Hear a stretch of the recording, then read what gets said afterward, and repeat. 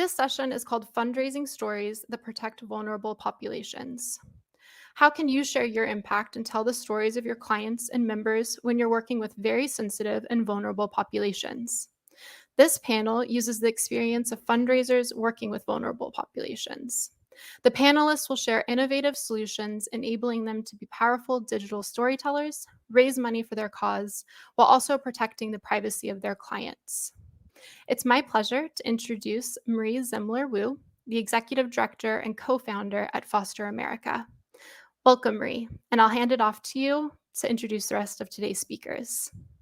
Well, thank you so much, Bailey. I'm so glad to be here today. And thank you to TechSoup for creating this panel that we'll have together in the next hour and a half and creating the incredible content that will span over the next several days. Digital storytelling, the challenges, the opportunities, the considerations that it presents. As Bailey shared, my name's Marie Zemmler-Wu. My pronouns are she, her, and hers. I am the executive director and co-founder of Foster America. We're a 5-year-old organization, and we're dedicated to work to transform the child welfare system so that children and families can thrive. Our work, we're best known for our fellowship program, in which we invite people who aren't presently working in the child welfare system to come and use their professional skills, specifically data, human-centered design, strategy, and finance backgrounds to help be part of a change in the child welfare space. I'm incredibly honored today to be your moderator among this stellar group of panelists who I am very soon going to ask to introduce themselves.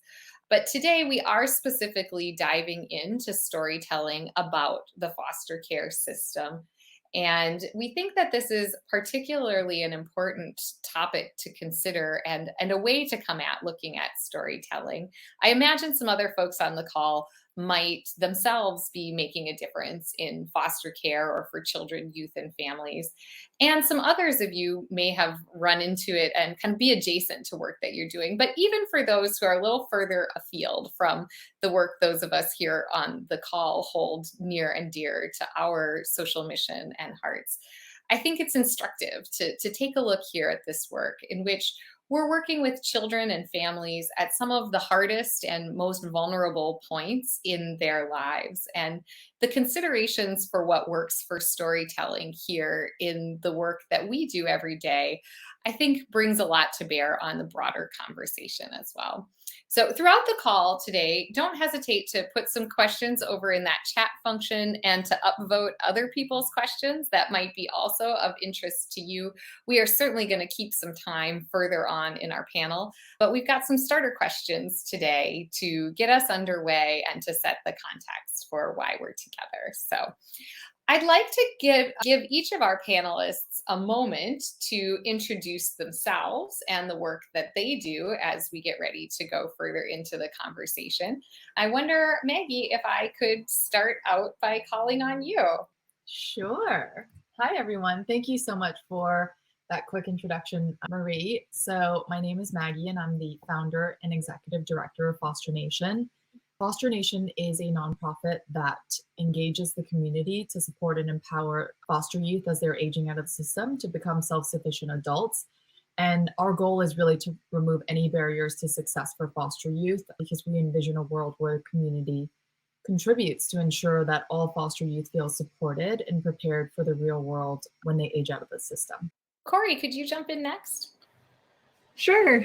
Hi, everyone. Thrilled to be here with you today. Thank you so much for joining. And again, just thanks to TechSoup and Foster America for facilitating this panel. My name's Corey Conrad. I lead communities and impact work for Box, and I'm the executive director of Box.org.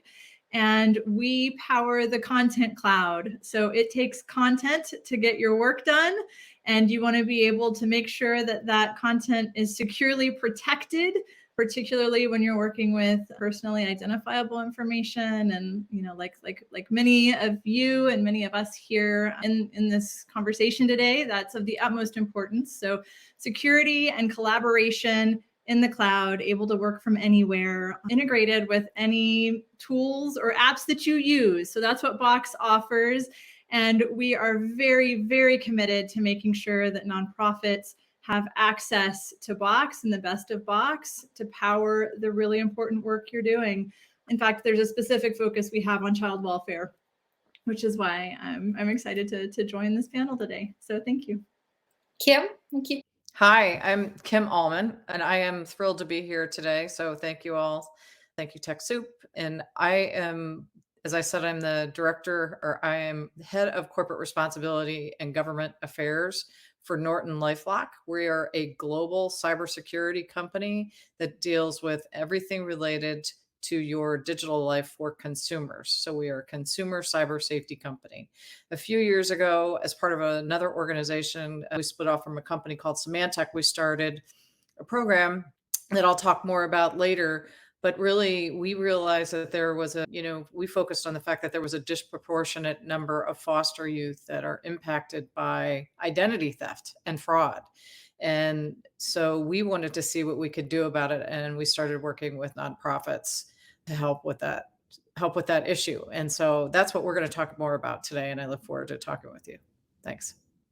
Hey everyone, my name is Sixtos Story, and I'm the founder and CEO of Think of Us. And we are a research and development lab focused on transformation within child welfare. So if something has failed, or it's very hard, or it's something that needs some tinkering, we're going to run towards that problem. We're going to center lived experience in designing, and then we're going to leverage things like technology and the collective power of the community to really try to figure out, how do you solve problems differently? Wonderful. Well, just to set the stage a little bit for our audience, we wanted to spend a second on why we think storytelling and narrative is so important, that the art of changing hearts and minds is really an undeniable and critical part of systems change, which I know every one of our panelists is deeply invested in.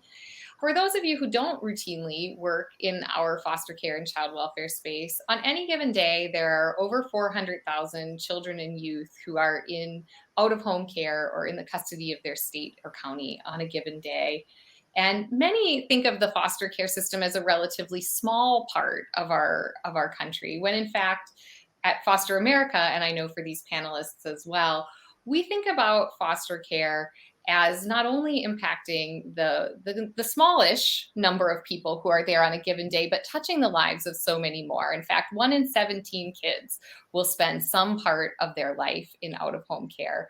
And that even undercounts for kids who might spend time with grandparents or other relative caregivers as well.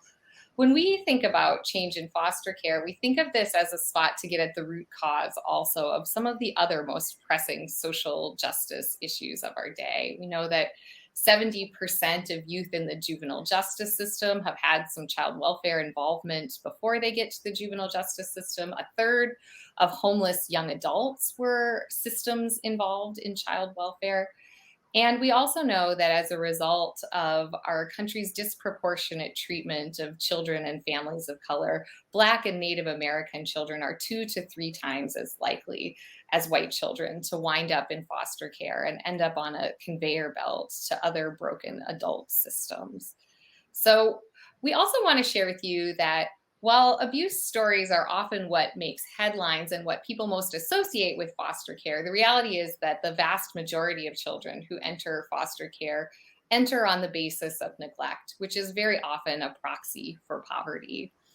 When children are placed in foster care, they can experience a myriad of challenges. I know a number of those will come up in our conversation today. And in front of you, you see a set of change makers who are working day over day to change those results and outcomes, including that over 20,000 youth every year will age out of foster care, and will do so without lasting family connections and without the support and resources that they deserve in order to thrive as adults. So helping to highlight family and young people's stories is essential to creating changes in the side of this system, but doing that in a way that's beneficial to all those involved and doesn't make young people more vulnerable is at the heart of the work. So I want to start with a broad question to all 4 of our panelists. Can you share a little bit about the ways that storytelling is a part of your organization and your efforts? When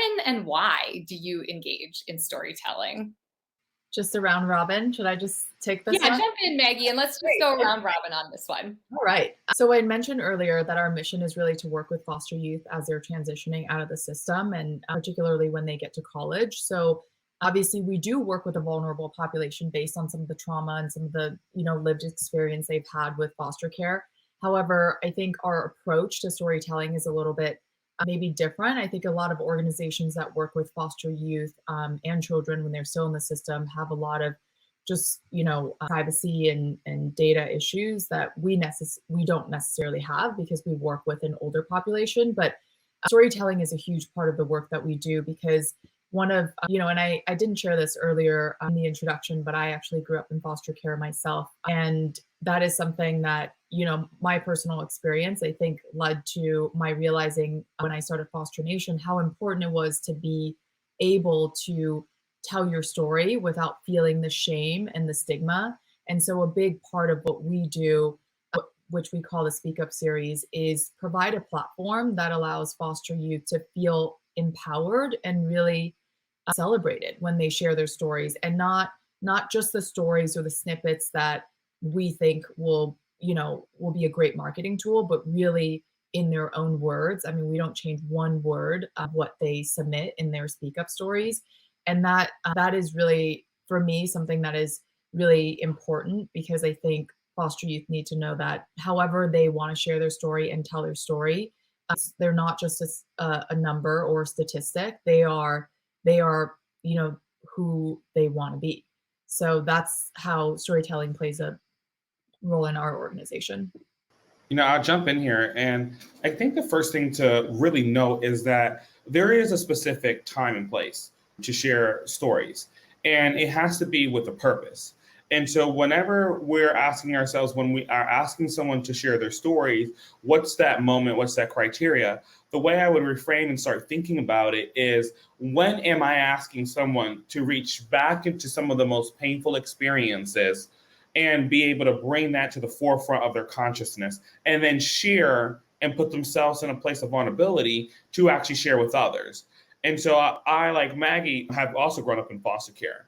And I would say that it's worth doing when we're trying to solve the problem.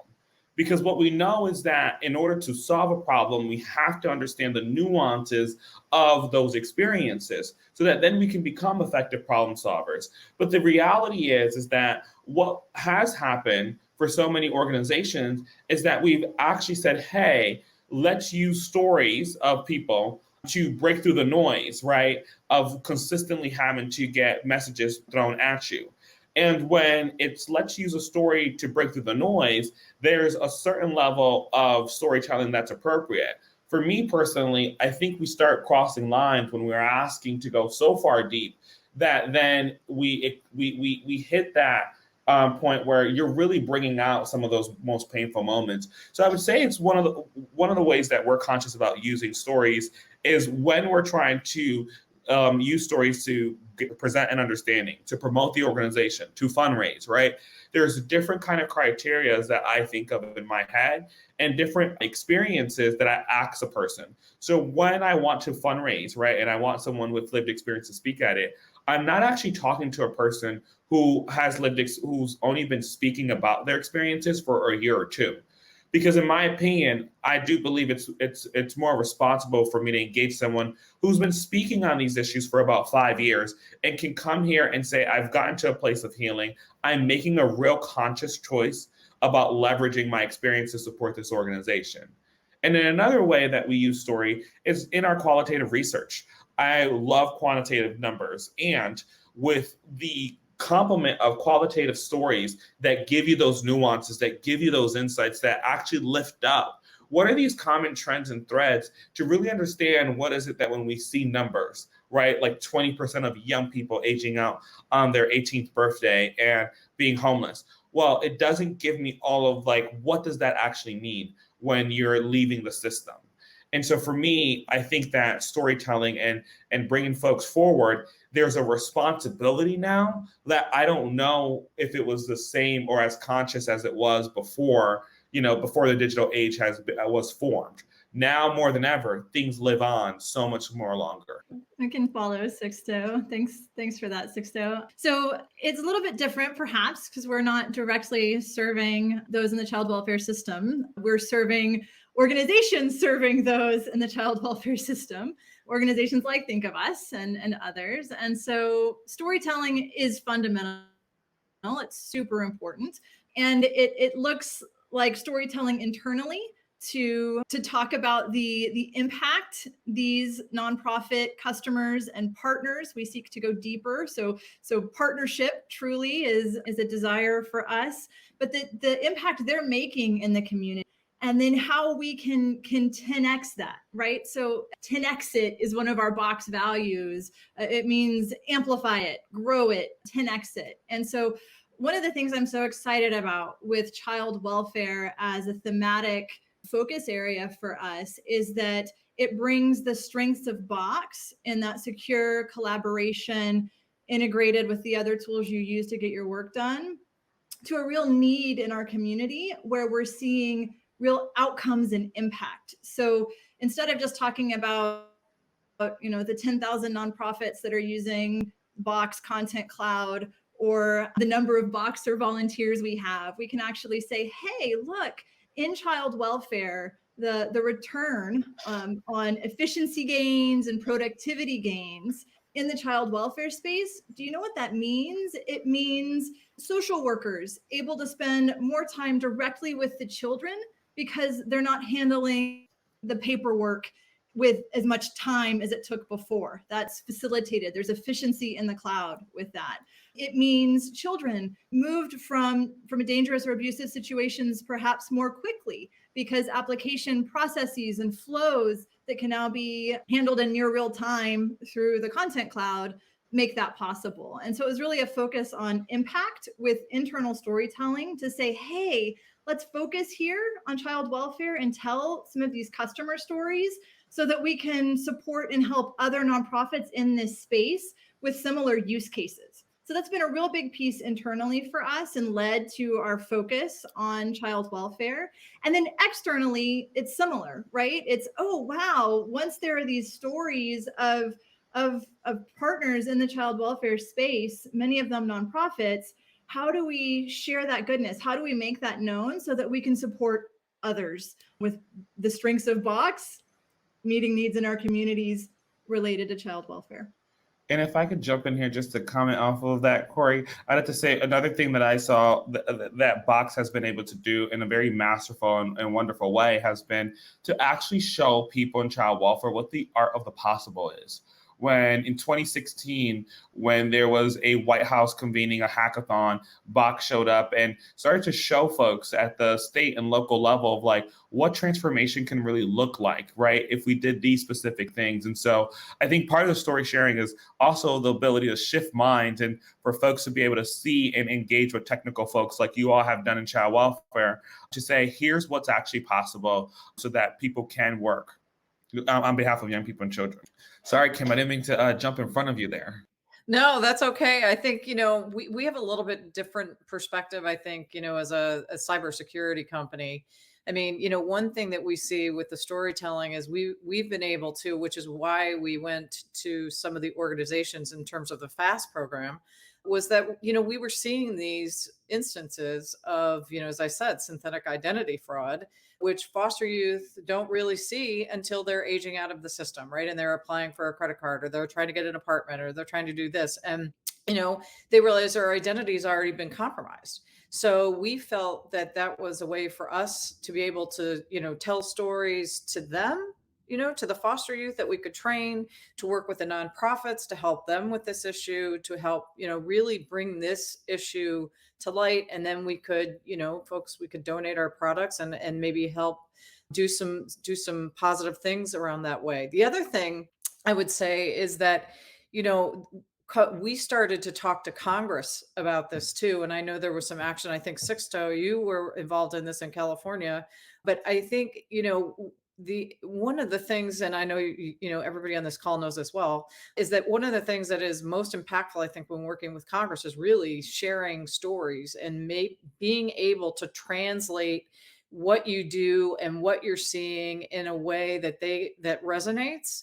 And I think one of the things I found really fascinating for me was being able to talk to Congress about what we were seeing and how it were impacting this population of vulnerable youth.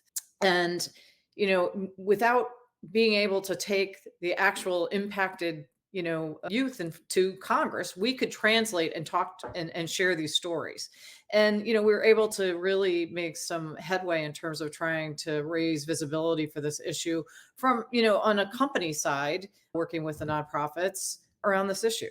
So, or around the issue, I should say, of identity theft and foster youth. So I think storytelling can work in so many ways.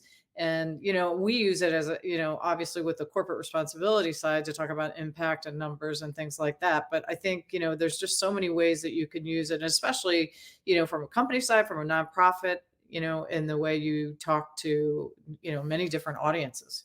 Across the four of you, I really hear two themes emerging. One, bringing young people who have had direct lived experiences to share and gather their stories to define what the work, what the change that we seek to make really is. And then second, to engage the broader community in being part of working towards that change. So sticking for a minute with the first of those two themes, this question I think is especially for Maggie and Sixtos. Can you talk a little bit about the processes that you use for inviting, gathering, and sharing stories from alumni of foster care? I know that both of you have given a really deep consideration to issues of power and self-determination and really healing inside of storytelling. Can you share a little bit about the things that you've learned in the work that you've done with young people? It's that tango. Are you going first? Am I going first? Okay, so I can start. So just to kind of go off of what Sixto was saying earlier on just thinking through the purpose of why we collect stories, I completely agree with him on that point. And, when I think about our purpose as an organization for collecting the stories of youth with lived experience, so much of it is, the first thing is just allowing foster youth voices to be heard in their own voice. As for, since we've launched the Speak Up series, we've realized it's a really cathartic process for some of our foster youth. And the second thing is that it brings numbers to life, right? Storytelling just brings like all these statistics that you read, or even these extreme stories that you hear. It's a lot of times, I think our foster youth, they just want to have their voices heard. They don't want to be represented by a number. Like 50% of them end up in homeless or prison within the first year of aging out. They just don't want to be a number. And so, similarly to Sixto, I'm a huge fan of quantitative data and allowing those data points to drive our decision-making around how we serve our foster youth. So for example, when we collect stories for our Speak Up series, we ask foster youth to share their story via a short list of guided questions. They're kind of like writing prompts, right, to get them started. And one of the questions, for example, we ask is, what is one change you would have liked, to see while you were in care? And another question that we've asked from day one of launching this is, what is one thing you needed most when you emancipated and aged out of the system? Because I feel like that's a question that isn't really asked of foster youth when they're in the system and also when they're aging out.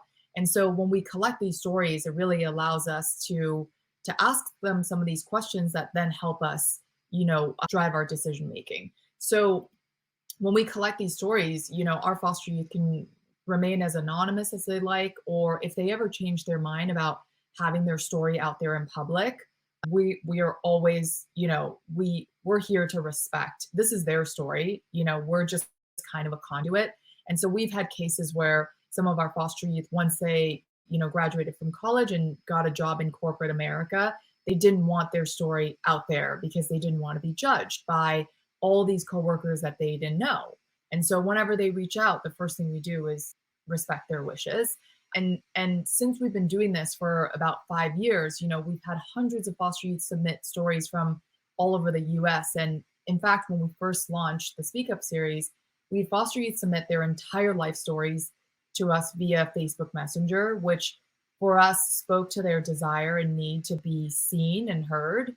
And, we've had a lot of kind of just Sixter's point about just the digital age being a huge game changer, I think this is something that, we have had to take into serious consideration, thinking about how these stories do live on. And even when we're removing some of these stories, for example, we're cross-referencing and making sure that, if a partner organization shared it on their website or on their Instagram or Facebook, that we're also asking them to do the same. And so when we collect these stories, we are equally thoughtful about, where it lives. And then if we do have to remove it for any reason, that, we're there to jump on that, just to respect the youth that we work with, because again, this is their story. Yeah. So one of the things that I think of deeply is when we're trying to engage people and telling their story, right? That could be in the format to educate, like legislative action. That could be in the format to participate in a study, to the general public, so that folks are aware of what are some of these experiences. Like, to me, the number one piece is in the selection piece. Like, who are we engaging?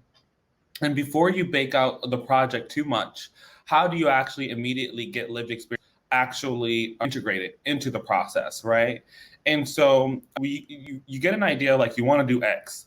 And then the next step for us is that we literally say, okay, who with lived experience and how many years of engagement in these type of activities should they be having, right? And getting a rough sense of the criteria, so that you're bringing someone who has different levels of core competencies into the actual process. Some things are very nuanced and tedious and very much like, let's review this 120-page report.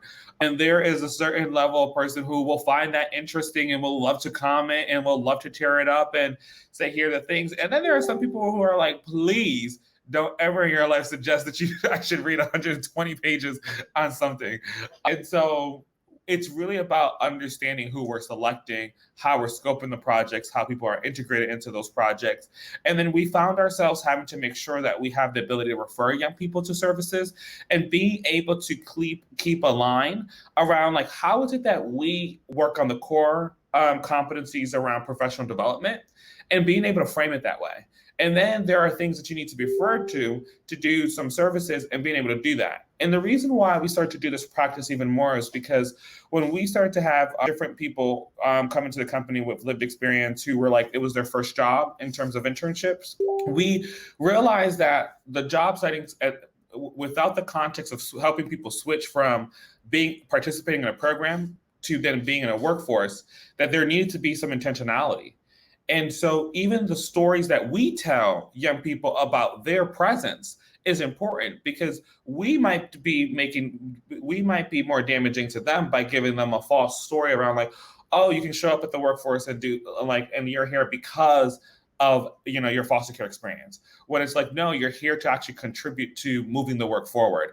And this is what we're excited about, you moving the work forward. This is what we're excited about blank. And so being able to be also mindful about the stories that we tell young people back, especially as young people are developing, the 16-year-olds, the 17-year-olds, the 18-year-olds, is so critical, because we're actually laying a foundation and a level of expectation for them that they have to go ahead and compete against the world with later on. Corey and Kim, this one's for you. You are both engaged a bit more on the side of using stories as a way to bring others into being part of collective work for change. You also are both at technology companies that have excellent tools for safety and for privacy. What can you share with us about how to think about safety and related concerns in online storytelling? Kim, you want to go first on this one? Oh, Corey's got her microphone off. I was going to say, Kim, you're welcome to go first this time if you'd like. No? Okay. So yeah, I think, to this point around just content and privacy with content, and wanting to make sure that your content is secure, that's where Box really shines. And so the product offer definitely, for us, is a huge part of that. And then how we can bring that to organizations like yours serving in this space. That's the bridge that we seek to build with Box.org. Some examples there, super granular permissioning levels. So there's 7 different permission levels. So you can kind of decide if someone's just seeing it, if they can see it and download it, if they can share it, if they can edit it, right? There's 7 different levels of that kind of access control to any single piece of content, and being that one secure content repository. So because it's integrated with all the other tools you might use, whether that's Google Suite or Microsoft or Adobe or whatever you use to get your work done, it can reside within Box, and then you can have that level of security and those permissioning controls. The other piece I'll just mention here, and then we can go way deeper on security. So if you want to do that, feel free to ping me on it. But is the compliance that we have. So HIPAA compliant, FedRAMP compliant, a number of other compliance measures, just showing that we have met those standards and are trusted, specifically for how secure Box is in protecting this really sensitive and important content for our customers. Sorry, couldn't get off mute. So, one of the things I want to share just quickly is this, we established this program called Fostering a Secure Tomorrow, the FAST program. And we worked with a number of nonprofits basically to develop a training tool, to develop products, or I should say to share and train on products around helping to secure your online activity, your use of, phones, how to look at your credit report. Can you go to the next slide? So we looked at, this is one of the training tools that we had developed. We would give it to a particular nonprofit. They could present this to foster youth who were, aging out, or at any point actually, but that how they could learn more about how to help protect themselves. So we talked about what is digital safety, what is credit, what is a credit report, how do you make yourselves less vulnerable, and then who can assist me. And one of the things that we did was we have, as part of our services, we have a LifeLock, which is our identity theft and protection service. And then we've got Norton, which is the old, what they called antivirus, but it's really to help your digital life on your computer. And we gave them these tools. We gave some of the nonprofits for the foster youth some of these tools so that they could help them learn and do more of this online, or do more of this security protection on their own. And then we had for foster youth that we found were already compromised, we have what we call restoration services, which are part of LifeLock, which actually help to restore your credit. So we worked in a number of instances with our restoration teams to work with foster youth to help them fix their credit report and to help them, get rid of some of these things that would have prevented them from really starting, on a good path once they were out of foster care. So I think it was, pretty. You can go to the next slide. Just easy. What is credit and why should I care? I mean, everybody knows they should have a credit card, right? But why do I care? And they should care because they might already have a credit history established, what could really put, and it happens more often than you think, where there is, already credit established in a negative way. And then it takes, somebody on their own trying to do this takes hours, right? Hours. They don't know where to turn. They don't, the Federal Trade Commission has resources, but, we were able to kind of cut through that and help them repair their credit and get on a good path. Next slide. So, we talk about the meaning of credit. Your credit report is like a report card, and, talking about how that works, and all the way through is your credit report, how to find it, how to look for it. And then, as I said, how to repair it. Can you go to the next slide? Yeah. Borrow, pay, and report on your credit card. And then how do you protect your credit? We talked about, the credit freeze, credit locks. We tell them how to show them how to pull their credit report. You can go back to that other one. Show them how to pull the credit report, educate them about the credit bureaus and how to work with them. Next slide. Next slide. That one was up. And then the 3 ways that they can, as I mentioned, they can protect their credit: fraud alert, credit freeze, credit lock. There's a number of things now, and this is a quickly changing, as you may know, quickly changing kind of environment policy wise, and that more of these things are free for folks to do. And so, it was important to make sure that they understand the differences in each one of these and what they can do to continually support their security with their financial life as they move forward. You go to the next one, or is that the last one? That's it. Thank you both for that. I want to bring forward a question that's over chat and build on that a little bit as well. Myra from Houston asks, what are some common guidelines your organizations use to protect storytellers given power dynamics? Or put another way, are there any guardrails that you put in place as you think about preventing harm, avoiding tokenizing, or exploitation? What can go wrong in storytelling? Well, a lot can go wrong, but it doesn't mean we shouldn't do it. I think the number one thing is the individual harm, right?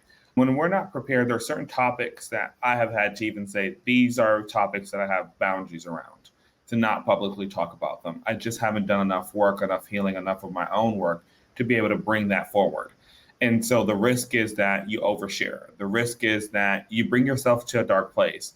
You don't have the support to process it, especially now during this time where mental health services are very much needed, and the moratorium on like the flexibilities to get virtual support are expiring on the 30th also, right? So like sharing is one of those that can be very empowering, but could also leave a scar. But then at the next level, what can go wrong, and I'll jokingly say wrong because it's not really wrong, but that you actually open up Pandora's box, and rightfully so. Because once you get a new level of understanding of a certain problem, then you have an obligation to act, and now you know better, right? And so sometimes what's shared puts you in a position where you may have to act at the individual level. Sometimes you have to act at the systemic level, the organizational level, but then you are exposed to a new truth, right? And that truth may force you to be like, wow, I need to report this, or wow, this needs to change within the organization and I need to do blank. And so it's like storytelling and hearing people's experiences is a very precious commodity. And I just feel like sometimes we may undervalue it in a way, or underestimate the power of it. But yet it's always been the thing that has been at the center of every single change. Yeah, and just to go off of that, I think I mentioned this earlier, but one of the things that we do when we collect stories, of course, it depends on what medium it is, right? Like if it's something that they're writing in or filling out a form, it's very different from if we're capturing video content, which then just there's a lot more that goes into that. But as far as like our story collection for where it's, they just submit a story through our website, that what we do as far as guardrails go is, we provide, I think it's between 5 to 7 questions that are guided. And so it's not like hey, tell me about your life. Like, tell me what happened to you. It's very intentional. And I think that's the operating word, is that if you are going to be collecting stories, especially from vulnerable populations, it has to be done with intention. Otherwise, to Sixto's point, like you're pulling out a lot of things that you are probably personally not equipped to deal with as an organization. And also it's not a good place. It's how I felt when I was younger, kind of forced to go to therapy when I was in care, is I felt like you would go in for an hour and then you pull all this stuff out, and then 60 minutes go by and they're like, okay, you're done. Like that's enough. You can, now go out and like live your life normally. You're like, wait, what just happened?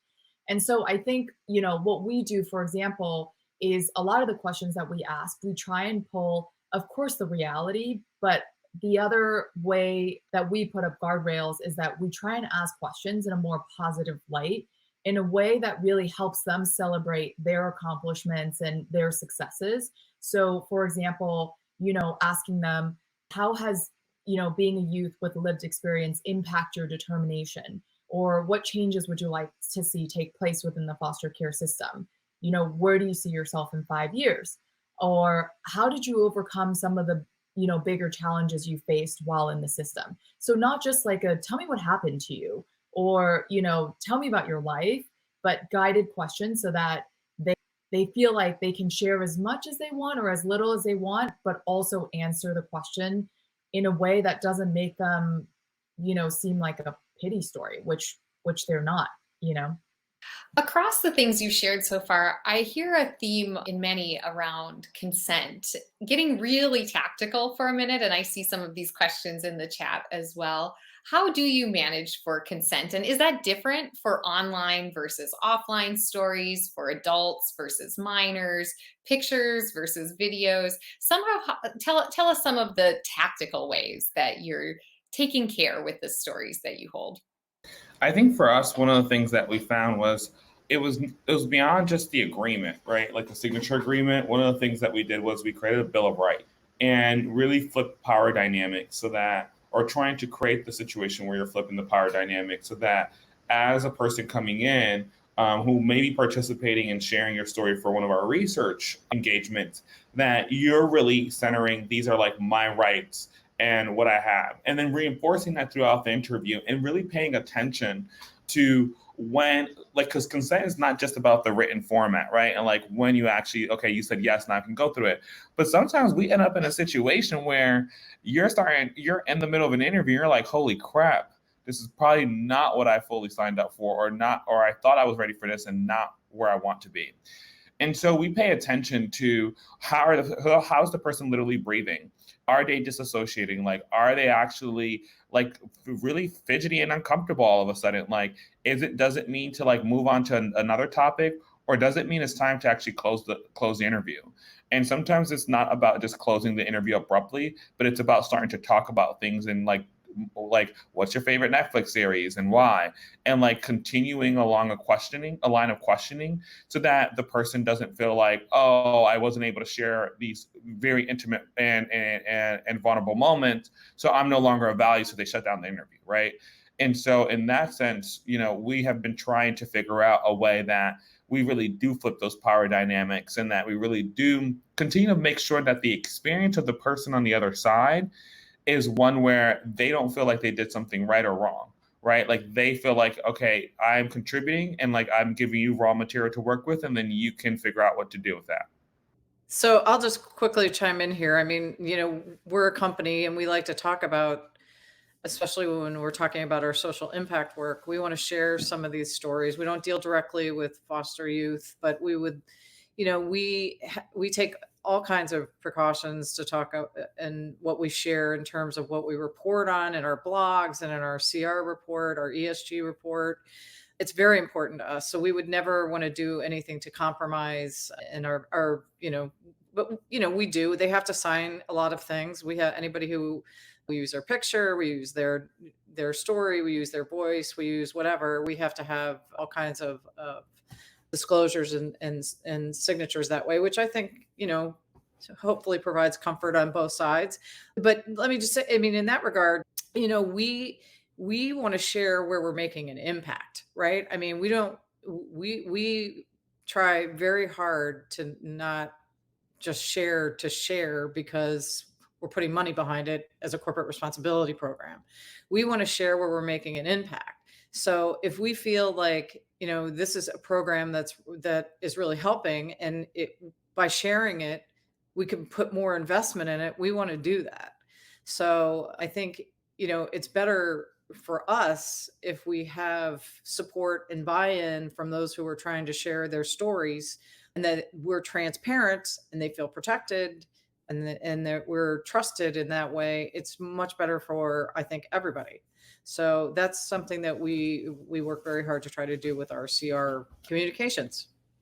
Let's stick with that theme around building partnerships. As I'm noticing our audience has already realized that some of our panelists are themselves extraordinary storytellers and very powerful ones. Sixto and Corey, the two of you built a partnership, a cause-based partnership between Think of Us and Box. Can you share a little bit with the audience about the story behind that and how that partnership has grown and evolved over time? Yeah, I'll kick it off. But you definitely have a longer history, so you should with the Box story. So you should share. I've been at Box for a year. I just celebrated my 1 year Box anniversary last week, and thank you, very exciting. And I like to say that I spent my first kind of 3 months as an anthropologist consultant internally. Like, who are we? What are we good at? And it was during that process that I came across the pre-existing relationship with Think of Us and kind of dove in deeper to some other customer stories and use cases around child welfare, and just got goosebumps the more I was realizing the outcomes and the impact that these organizations were making powered by Box. And so that kind of led to my first conversation with Sixto. So maybe I'll turn it over to you, Sixto. You can give a little bit of additional history if you want. And I'd love to then also share where we're going together. No problem. So I think, for us, it was an introduction from Chelsea Clinton to us and someone at Box. I was like, you got to talk to these folks. They're innovating. And when we got connected, I think, we were on a journey to try to understand the full power of technology. And what was so helpful, I think that there is a company that has a product. But when the people show up to work on the issue, they put the product aside and they put their hearts into it. And that's what we saw with Boxers. They were able to show up, and when the pandemic hit, for example, and young people needed resumes, right? And it was Boxers who showed up and said, hey, we'll get online and we'll just do a drop-in session. Like, this is really not the norm in child welfare. There's usually like a referral involved. There has to be like a matching and all of this stuff. But there were a group of people who said, we'll just show up online. And then if young people show up, we'll help practice for interviewing and we'll help practice for doing resumes and giving feedback. And so these activities over the last couple of years have just created this proximity between what the problem is and then how can an organization like Box, right? An organization like Semantic and so forth, when you get that close to the problem, by showing up and being as useful as possible, you start to understand what the product and what the company could actually offer too. But they led with heart, which is why we decided to partner with them. We don't partner with a lot of corporations. We decided to do this partnership because we have seen now for 6 years, almost 6 years, a consistency there and a devoted commitment to young people in foster care. Yeah, so I'll just piggyback on that. And the volunteer culture at Box was a big part of what drew me here as well. We actually do 3 paid days of volunteer time off for all Boxers. So that's been and finding ways that we can grow those relationships with partners like Think of Us is core. So then it was like, okay, well, as we look forward, how do we want to amplify our efforts here? How do we want to 10x them? We have an advisory council for Box.org. So we asked Sixto if he would be on it, and he graciously accepted. So we actually now have his leadership and guidance kind of helping shape where we go with our priorities for Box.org. And then we've done some design thinking workshops together to actually take a Think of Us challenge that his team brought and said, how might we, right, better serve and amplify voice for youth in our community around their content and protection of their content. And so we've done some workshops together that are leading to actual kind of product efforts and pilots that we're about to launch. So I love seeing, again, kind of it starts with that volunteer, and then how can we go deeper, and what's a challenge that Think of Us is facing, and how might we engage Boxers to help you think about that with the Box product being a part of it in this case, but that doesn't always have to be the case, right? To pilot something that could be a solution for foster youth. So I don't know if there's anything else you want to add on that one, Sixto. No, I think you nailed it. I totally nailed it. I've just been so encouraged and so excited about the partnership and truly the people who have shown up to tinker and to hack on how do they create a different world so that our young people are in different situations. And maybe one final thing, because I think this was really exciting. The funding that you were looking to help the government disperse to foster youth and kind of, again, behind the scenes powering that. Can you speak to that for? Oh, absolutely. So last December, Congress passed $400 million that specifically was for pandemic relief for people who had been in and formerly in foster care. And so government had one big problem, which was, where are the youth who qualify who have aged out because they had been kicked out the system at 18, 20, or 21, right? And so we ran a national campaign and we found over 30,000 young people across the country and connected them. And then we were faced with one challenge, which is we can't touch the child welfare system's database. So we were able to set up all 44 states in the District of Columbia to Box. and actually transfer data to them there that way.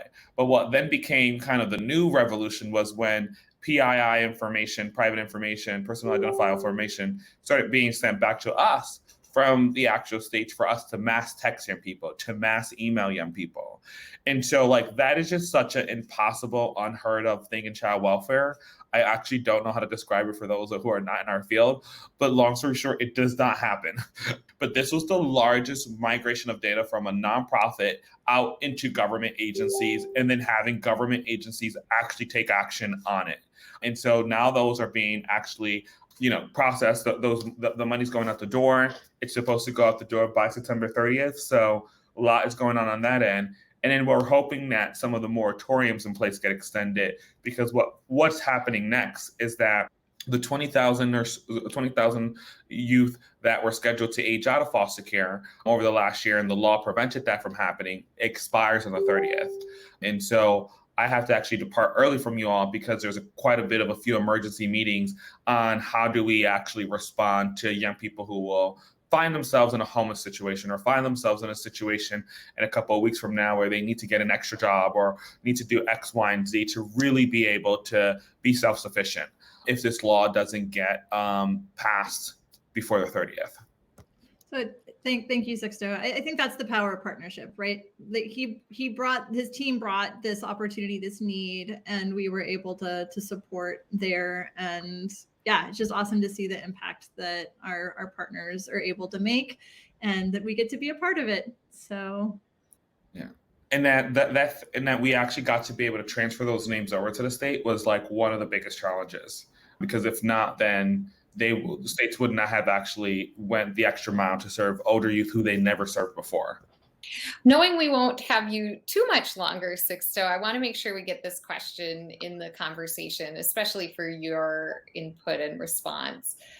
Ultimately, we're all working for better life experiences, better outcomes for young people. And I hear in between what we're talking about today, really a call to action to go beyond storytelling, to make storytelling part of co-designing.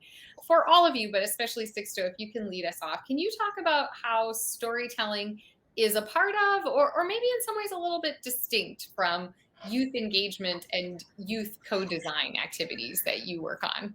Yeah, absolutely. I look at storytelling as being like step number one. What is the truth that needs to be told, right? What is the experience, right? And what is the collective experience between many people with that lived experience, whether it be foster care, juvenile justice, or any other type of experience, right? So what's that collective experience? The engagement part is only then level 2. And that's not where we want to get to, right? We want to get to a place where we actually integrate the voices of those who we serve throughout the entire process. And for those of us working in corporate America, we're used to that. You're used to that a little bit more than those of us who work in nonprofits, right? So customer service is a pillar of very successful for-profit companies. But customer service, and at least I'll speak for child welfare, the experience that the actual individual is having is not always prioritized. And so this is why we need storytelling to be part of it, but it doesn't replace kind of the engagement aspect of going the next step further and saying, well, how should this be redesigned? How should we look at this process? What do you believe is missing from this specific process? And it doesn't actually stop with one person, because then that has the risk of being tokenism. And I'm so sorry, but I have to jump.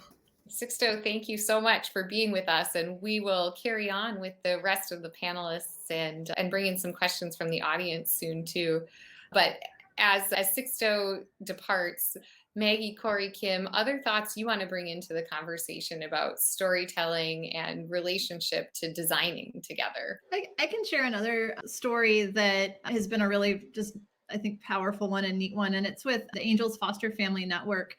And so they're based in San Diego, and their executive director, CEO, his name is Jeff. He actually had this really interesting background as like a CIO previously. So he understands technology in a way that isn't necessarily common in the child welfare space. And so it's been really neat to work with him and hear the stories, because he saw kind of immediately as he started several years ago there, after having been a foster parent himself, but then was given this opportunity to lead the organization, saw the need for just secure protection of PII. There was a story of a binder with a child's information that was left on top of a car as the new foster parents drove off.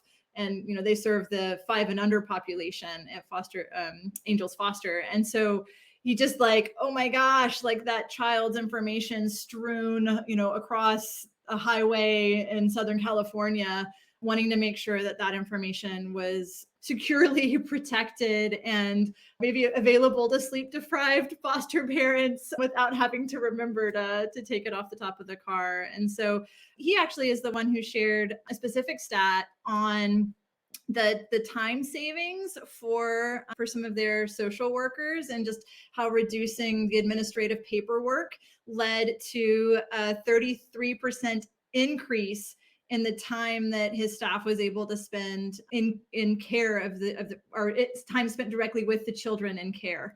And so I thought that was a really moving stat, but kind of coming from this bridge of, okay, understanding some of the technology need here, and then seeing the need within his organization and child welfare. And now how do we share this story? How do we tell others, as you're so heads down in the day-to-day work, that there are ways we can, hopefully come alongside and support you. We have a free product to offer from Box. And then we also have really significant discounts. So if the free offer doesn't fully meet your needs, then there's really wonderful discounts that we're able to offer as well. And to, in some cases, even pair that with some pro bono consulting where needed. So we'll just want to mention that, numerous use cases with CASAs as well. And so where we can support you and the awesome work you're doing, we would love to do that. Kim, I'd like to put the next question to you, building on what Sixto and Corey were sharing about the partnership that they were able to build. I suspect many in our audience might be wondering about building cause partnerships with corporate partners, with technology companies like yours.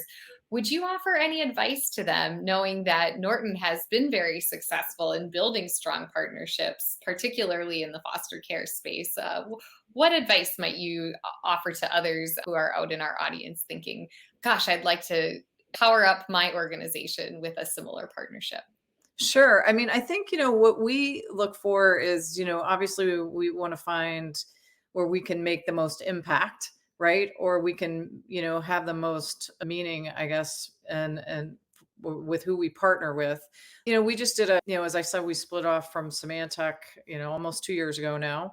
And so we spent a significant amount of time our first year as a new standalone company, Norton LifeLock, in doing our materiality and really working through what issues matter to the company, what issues matter to our employees, what issues, our consumers, customers, what matters to our stakeholders.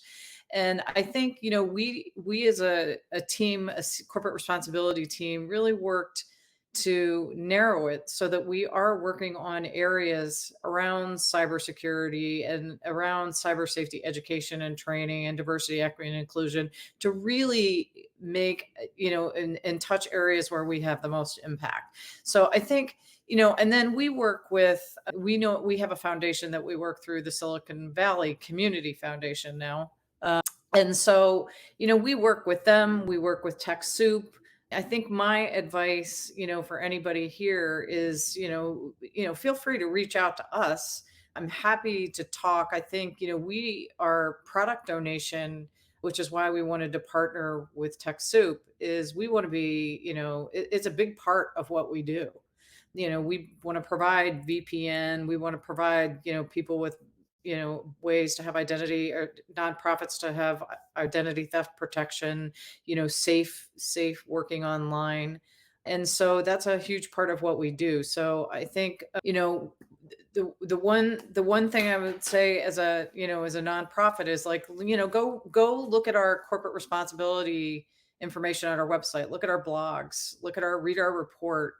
We are always looking for ways where we can invest in ways that are meaningful to our company. And so we'd be willing, to talk, at least to learn more.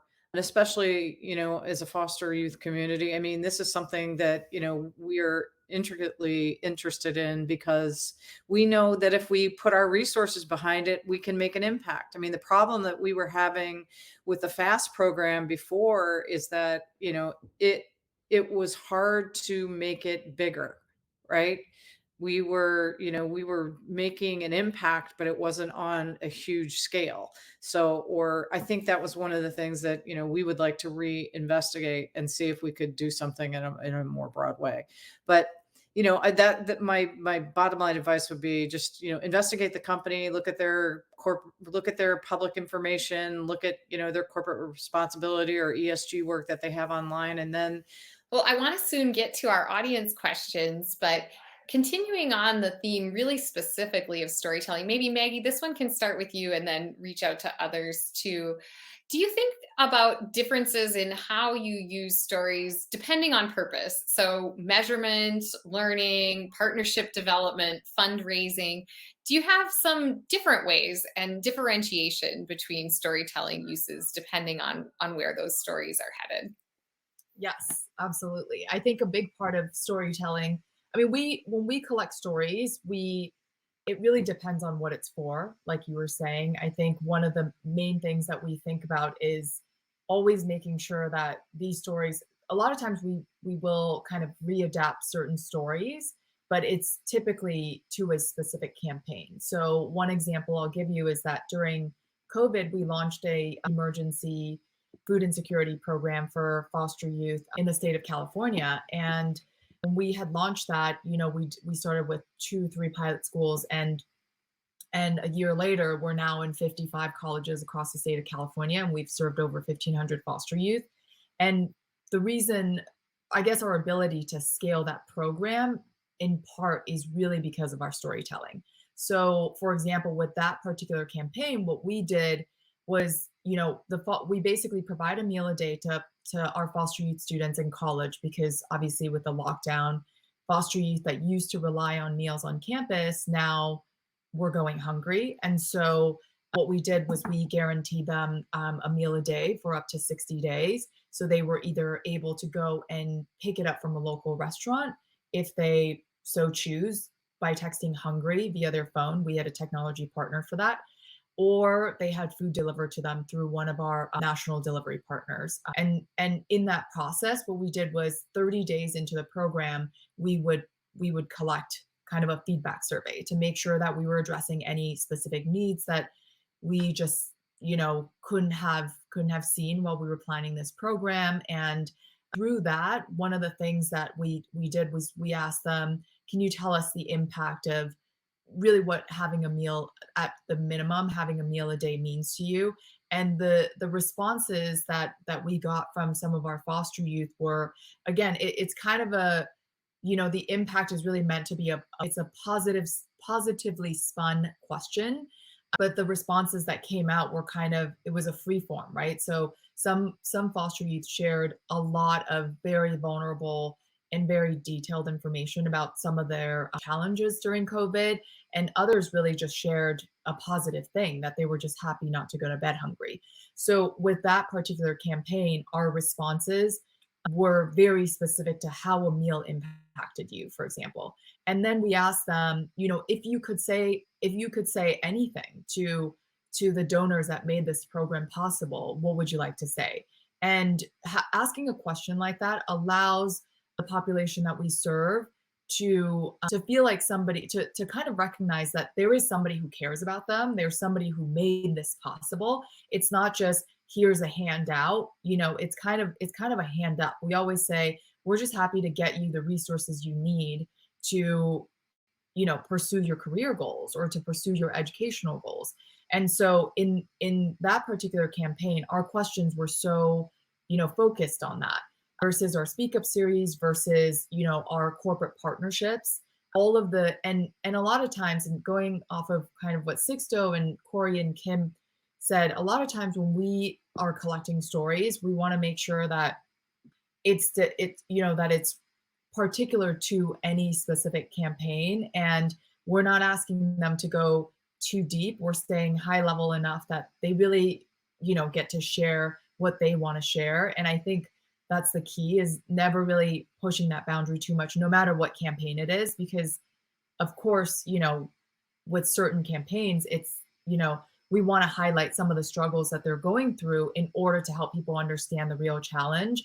But I think there's also a very delicate balance between, kind of exposing too much, or going overboard with exposing, what they're going through, versus really helping, shed a light on some of the real challenges that people might not think about because this is not their, life circumstance. Maggie, I think you've already touched on this, but one of the questions coming in the Q&A function is, how do we share a story successfully without romanticizing a struggle? Do you want to speak to that a little bit? I think you already have started to. Yeah, sure. I mentioned earlier that a lot of the storytelling that we do, we allow foster youth to share it in their own words. And so again, it's when we provide prompts to just to guide them to tell that story, we let them share whatever comes to mind. And so it's not just, we're only going to share the positive, romantic versions of your story. We share everything, whatever it is that they're comfortable sharing and getting out there, especially with the question, how did you overcome some of the bigger challenges that you faced in foster care? A lot of things come up for foster youth. And if we ever read anything that's too much or too sensitive, as far as like protecting them, we always reach out to them directly and say, we just want to make sure you're really comfortable getting it out there. And we have had plenty of foster youth who will respond to us and say, people need to know, I mean, again, a lot of what's shared about the child welfare system and foster care is it's a lot of numbers, right? It's a lot of 10% go to college, 1 to 3% graduate. Foster youth are 2 times more likely to suffer from PTSD than, war veterans. Like, there are a lot of numbers, and quite frankly, a lot of the foster youth we work with, which we're grateful for, feel very empowered to share some of the real and unromantic experiences that they've had in the system. Continuing a bit on that theme, one of the audience questions is, have you had any success in coaching or teaching any population to tell their story effectively, engagingly, without corrupting the story or altering personal voice? I certainly think, Maggie, in the intentionality of your questions, you are doing some of that. Are there any other strategies you wanted to share in response to that question? Or for Corey or Kim as well, knowing you don't work quite as directly with the young people. Yeah, but I'm sure they have so many great kind of, stories with the organizations that they work with that they can share. But I'll jump in really quickly on this. So one of the things that we do, for example, when we have certain partnerships where they want to help us highlight, this kind of goes back to the partnerships question too, is when we, like Sixto and Think of Us, we don't go with every single corporate partner that wants to work with us. A big part of it is we always want to make sure that the intentions behind the corporation or the company or organization is truly kind of, what's best and how it's going to further the mission and the population that we serve. And so for the most part, the companies that we work with or partner with are people who are willing to take deep dives with us on truly learning this population. They spend a lot of time, going to different things like this, going to, convenings put together by incredible organizations like TechSoup. We ask them to join us in these things, just so that they truly, truly learn. And it's not just, they're checking a box and saying, okay, well, we do this thing and we have impact in the community. But an example that we have actually coming up this Friday is we're filming a series with a luxury skincare line that we have a multi-year partnership with. And one of the things that they ask is, we like to film some of the foster youth you work with that want to and go into the beauty space, and we want to capture them on video. So before we even, go through that whole thing, I think of myself like the older sibling to all of the youth that we work with. Is, I actually live in Austin, Texas, and, our organization is headquartered in LA. So I flew in for that because I wanted to make sure I was there because I'm the name that they recognize. We don't just kind of pass off the population that we serve our corporate partners because they need a story or they need something. And so as far as coaching, a lot of it, I mean, I'm getting texts since all morning, since I've given them their kind of, run of show and all of that, that everyone's like, well, I don't know how to talk about self-love, or I don't know. And a lot of it is just getting on a call and talking with and being there for them and listening to them and talking them through it. There's, as an organization, we have not yet had a more formal coaching or training experience because our focus is kind of, less on the advocacy and more on the making sure that they have the resources and the social support and network support that they need to become self-sufficient, which to us is defined by having a career. And so with this partnership and this storytelling series that we're doing this Friday, for example, I was very particular. And that's the other thing, is when you reach out to the population that you work with, I think you have to be so detailed and so intentional about sharing, almost oversharing. Like, this is what could be asked. Here are the things, just to really mentally prepare them, because the last thing you want is really to put them on the spot with a question that they did not think would come up. And so I would just say, as far as, coaching and formally walking through them, ours is more of a little bit of, hand holding and just being there and letting them know that, like, it's okay to, have a moment. And we are super careful also with, even the media teams that we work with and the agencies, to explain to them ahead of time. We always jump on a call before any filming to let them know this is the population you're going to be working with. And, these are the questions that we would not be comfortable if you ask. So really just making sure you put up these kind of guardrails and parameters in the same way that you would really do for your kids or your siblings or somebody that you love. Maggie, I love that, coaching the person collecting the story, not just coaching the person creating and sharing the story. We have a question here in the chat that I think is a great one. Do you offer any incentives or compensation to people when they share their stories? Any of the panelists want to jump in on that one? I can jump in, but I feel like I'm hogging it. Corey, go ahead. I saw you on mute. I was just going to share from a customer perspective, the kind of for Box.org stories and nonprofit stories. In the year I've been here, I don't know that we've ever given financial compensation for sharing those stories, but there's often a win in it for the customer partner, which is marketing. So it helps get their more awareness to the work that they're doing in the community. And I love that, because I love amplifying the work of our community partners and customers. So that from a Box customer story, that's what I've seen. So we do something similar. I mean, we, of course we love to hear feedback when people are pleased with, our work and our products. But I think in the corporate responsibility side, I mean, we love to hear and we'll get feedback from people that, have used our products, nonprofits or whatever, but we don't compensate anyone. We just, if they have used our products through donation or otherwise, we ask their permission if they'd like to. And we've been pretty successful. If you read our CR report, there's lots of contributions in there from our outside partners. So, but yeah, we don't pay for that. So I love this question, because I have mixed feelings about, like an incentive or compensation.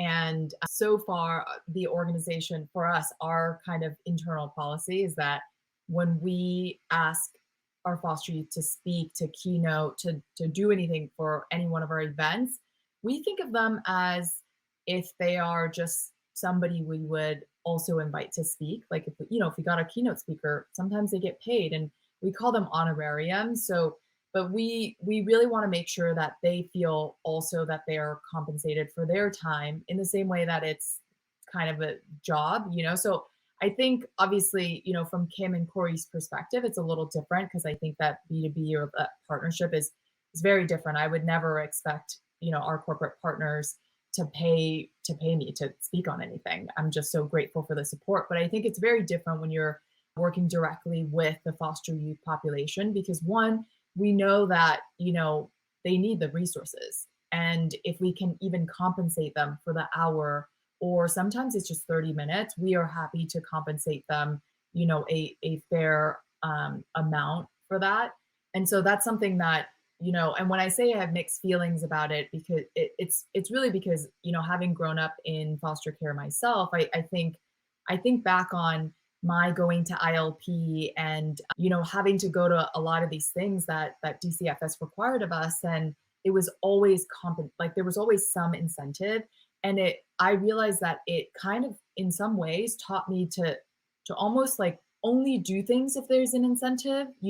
When I was much younger, obviously as an adult, that's different now. But when I was younger, it was like, oh, I'm going to do this thing because there's something at the end of it. And I think that's where the mixed feelings comes from, because I realize that is not a good thing necessarily to train some of our foster youth. And if for whatever reason we don't compensate, we try to explain to them why this is an important opportunity, or why this will open doors for future connections.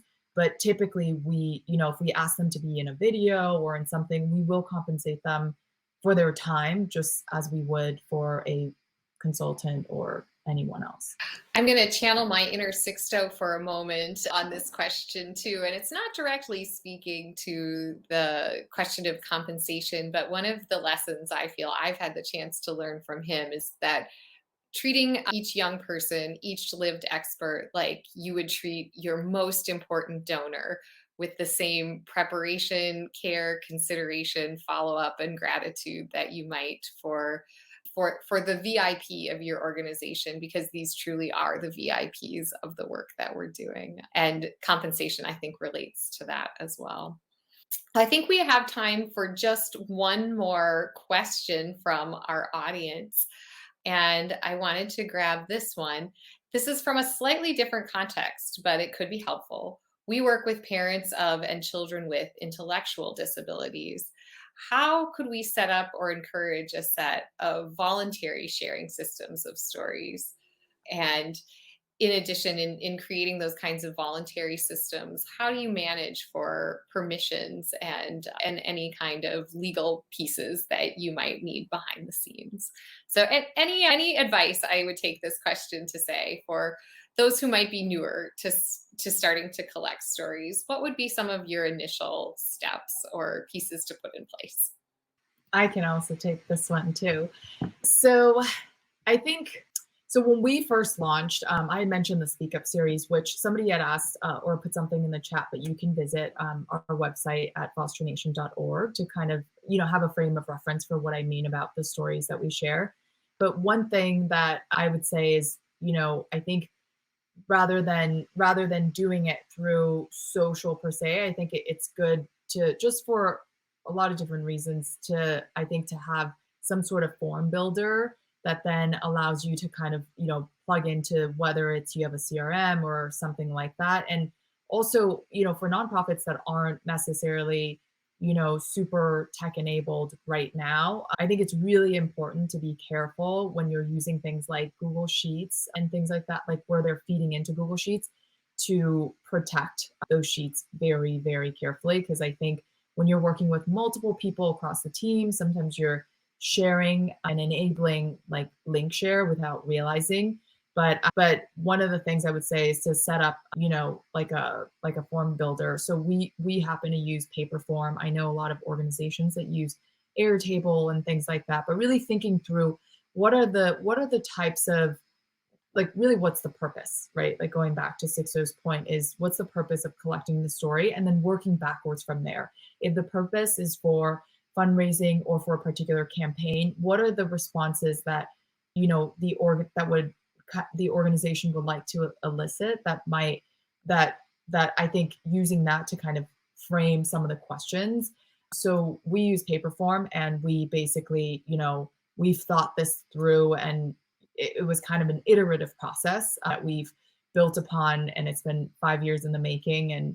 But that is something that I would do, is create a form that allows people to submit anonymously, and also if they do want to share any information. And so what we do from there is, either we have an integration into our CRM where we collect it, or it's in the system. So when we use paper form, it stays in paper form. And that was kind of a migration from when we used to use Google Sheets, which I just felt like at any given point, someone on the team could accidentally share a link somewhere. And it just was something that we, as quickly as we could, jumped off of that. So I would say to put together a form and think through kind of the purpose of why you're collecting these stories, and then making sure that the responses are really protected. It's a great use case for Box too, just in that you can set, time expiration on links. You can, control even after the link is shared, whether that link is no longer available, etc. So might be relevant there. For this specific question, one thing that just came to mind for me was maybe looking for folks who are already telling their stories in that theme through social media, and then building relationships with them. So I have a friend. She has an Instagram channel called Ace Face is My Friend, and I would encourage you to check it out and see if that's of interest. But she's got a following, and tells the story of her son, and has so finding champions that are already sharing in that space with that content and building relationships with them might be an interesting angle. Well, we are quickly coming to time. Let me give just a moment of final space. Any concluding insights or burning thoughts from our panelists? No, I just want to say thank you. It's been interesting to hear from all the panelists, and thank you for having me. Same. I love the work that's happening through the organizations here. It was great seeing who showed up in the chat earlier. So thank you for what you're doing, and thanks Marie for facilitating, and TechSoup for hosting this. It was really great to be here. And Maggie, I want to follow up with you. So let's find time. I was just going to say same to everything Corey and Kim said so eloquently. But truly, I think everyone that's here and still here, thank you all so much for everything that you do.